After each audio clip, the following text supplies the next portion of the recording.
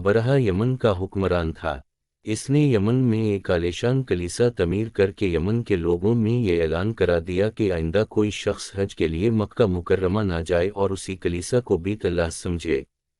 اس اعلان سے عرب کے لوگوں میں غم و غصے کی لہر دوڑ گئی۔ پھر ان میں سے کسی شخص نے رات کے وقت اس کلیسا میں جا کر گندگی پھیلا دی۔ ابرہہ کو جب یہ معلوم ہوا تو اس نے ایک بڑا لشکر تیار کر کے مکہ مکرمہ کا رخ کیا۔ راستے میں عرب کے کئی قبیلوں نے اسے روکنے کی کوشش کی، لیکن ابرہہ کے لشکر کے ہاتھوں انہیں شکست ہوئی۔ آخر کار یہ لشکر مکہ مکرمہ کے قریب ایک جگہ پہنچ گیا۔ اگلی صبح جب اس نے بیت اللہ کی طرف بڑھنا چاہا تو اس کے ہاتھی نے آگے بڑھنے سے انکار کر دیا۔ اسی وقت اس کی طرف سے عجیب و غریب قسم کے پرندوں کا ایک گول آیا اور لشکر پر چھا گیا۔ ہر پرندے کی چونچ میں 3 کنکر تھے، جو انہوں نے لشکر کے لوگوں پر برسانے شروع کر دیے۔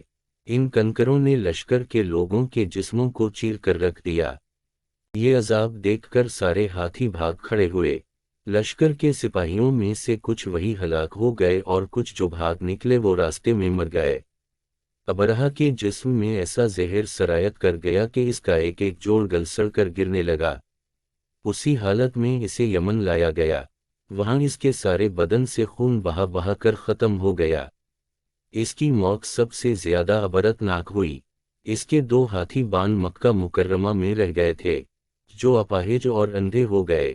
اس طرح اللہ پاک نے اپنے گھر کی حفاظت فرمائی اور طاقت پر غرور کرنے والوں کو سزا کا مزہ چکھایا۔